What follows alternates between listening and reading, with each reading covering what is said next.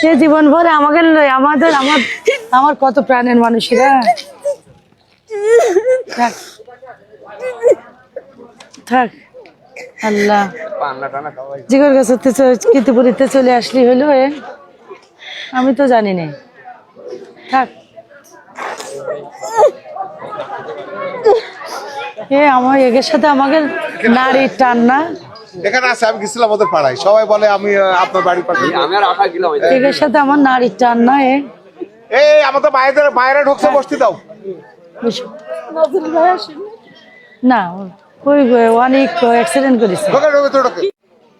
এখন আমি একটা দাবি নিয়ে আসিছি। দাবিটা আছে কি, বলতে পারবেন? ভোট, ধানের শীষ, ধানের শীষ। এই ব্যক্তিটা কিন্তু আমার খুব, মানে শুধু এই ব্যক্তি না, খুব অন্তরের মানুষ। খুব বাড়ি হলো কীর্তিপুর, গুচ্ছগ্রাম ছিল। এখানে দেখে আমি একটু অবাক হয়েছি যে ওই জায়গার এখানে কেন।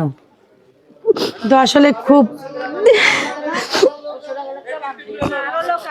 এখানে কীর্তিপুরের, ও সেই জন্য তো আমি দেখছি একটু পরিচিত লোক সব, সেই গুচ্ছগ্রাম এখানে শিফট করেছে, তাই না? আচ্ছা যাই হোক, সব জায়গায় ভালোভাবে থাকেন, আমরা আছি, অসুবিধা নেই। শুধু ওই জায়গায় না, আমি দেখে একটু অবাক হয়েছে, আমাদের অনেকেই আছে এই জায়গায়। আল্লাহ, এরা আমাদের এত কাছের, আমরা সবসময় মনে করি যে মানে আমাদের ঘরের মানুষই মনে করি। 12 তারিখ সারাদিন, 12 তারিখ সারাদিন, 12 তারিখ সারাদিন কারা দেবে? কই দেখি। আলহামদুলিল্লাহ, তাহলে তো হয়ে গেছে না? কালকে কিন্তু ওই জনসভা আসতে হবে। কি পারবেন তো? কারা কারা পারবে জনসভা আসতে? জোর করার দরকার না, যেতে হবে, সর্বোচ্চ উপস্থিতি হতে হবে। কারণ ওইটা আমাদের ঝিকরগাছার শেষ সমাবেশ। এরপরে আর আমরা এই নির্বাচন নিয়ে আর কোনো মিটিং মিছিল করতে পারবো না। তাই সবার উপস্থিতি দরকার। কি সবাই যাবেন তো? সর্বোচ্চ লোক নিয়ে যেতে হবে।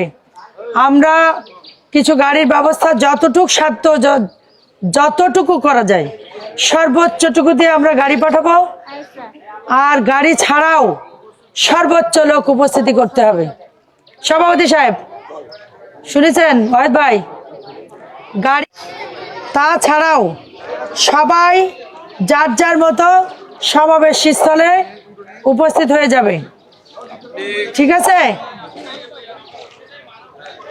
বিশেষ করে আমার মা বোনেরা, বৌদিরা, আমি তো নারী, আমি থাকবো সেখানে। তা আপনাদের কোনো সমস্যা আছে? আর কোনো ভয় আছে? আমি আছি তো, কোনো ভয় নেই। আসসালামু আলাইকুম রহমতুল্লাহ।